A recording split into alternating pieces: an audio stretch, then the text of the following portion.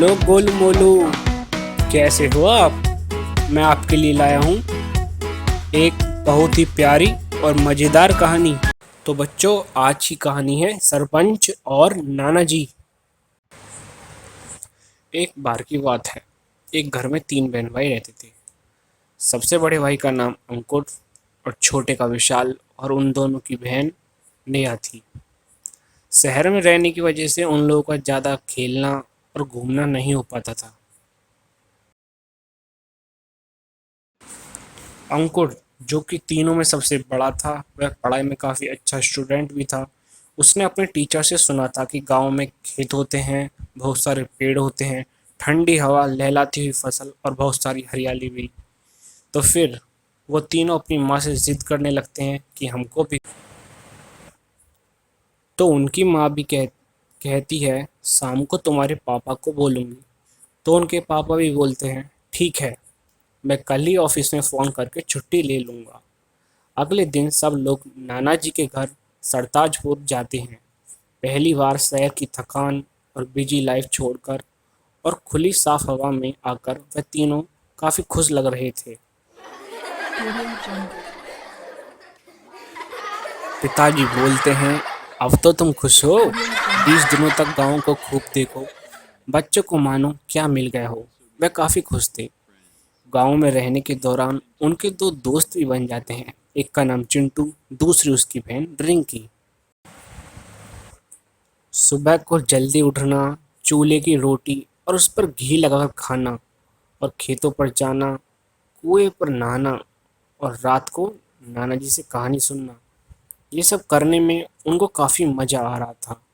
उनके एक मामा, मामी और उनका एक 5 साल का लड़का, जिसका नाम था विवेक। उनकी नानी जी 4 धाम की यात्रा पर। एक दिन चिंटू और रिंकी खेलने के लिए नहीं आए थे, तो वे तीनों ही उनके घर चले गए थे। घर जाकर पता चलता है कि उनके घर चोरी हुई है, और कुछ दिनों से आसपास के गांव से भी चोरियों की खबरें आ रही थी। अंकुर के नाना जी, जो कि गांव के सरपंच के दोस्त थे, इसलिए गांव के सरपंच जी का उनके घर पर आना जाना लगा रहता था। चोरी वाले दिन अंकुर के नाना जी सरपंच जी के साथ रिंकी और चिंटू के घर गए। उन्होंने वहां से खेल वाले को जाते हुए देख लिया था, लेकिन रिंकी और चिंटू के परिवार के रोने की वजह से उन्होंने उस आदमी पर ध्यान नहीं दिया और सीधा घर के अंदर चले गए। कुछ दिन बीत गए और फिर आसपास के गांव से भी चोरियों की खबरें आने लगी। सरपंच होने के नाते उनका आसपास के गांव में जाना आना लगा रहता। और फिर एक बार रात के 1 बजे उनके पास खबर आई कि पास ही के गांव में चोरी हुई है। सरपंच और नाना जी जिस घर में चोरी हुई है, उस घर की तरफ निकल पड़े। रात होने की वजह से गांव में ज़्यादा चहल पहल नहीं थी और सन्नाटा था। और उसी रात को सामने से एक आदमी बैलगाड़ी में भारी पोटली लेकर आ रहा था, जो कि काफ़ी सामान से भरी हुई थी। उस नाना जी ने उस आदमी को पहचान लिया। फिर उन्होंने सरपंच जी को इस आदमी के बारे में बताया कि यह आदमी मैंने चोरी वाले दिन रिंकी और चिंटू के घर से निकलता हुआ देखा था। तो तुम एक काम करो, गांव से कुछ लोगों को बुलाओ ताकि हम इस चोर को पकड़ सकें।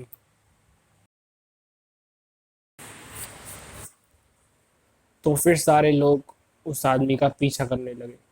अब वह आदमी दूसरे गांव में चला जाता है और एक घर में रुकने के लिए कमरा लेता है किराए पर। लेकिन फिर वो खेल वाला पैसे देने के लिए बोलता है। पैसों के लालच में सभी लोग मान जाते हैं। रात को सब लोग सो जाते हैं।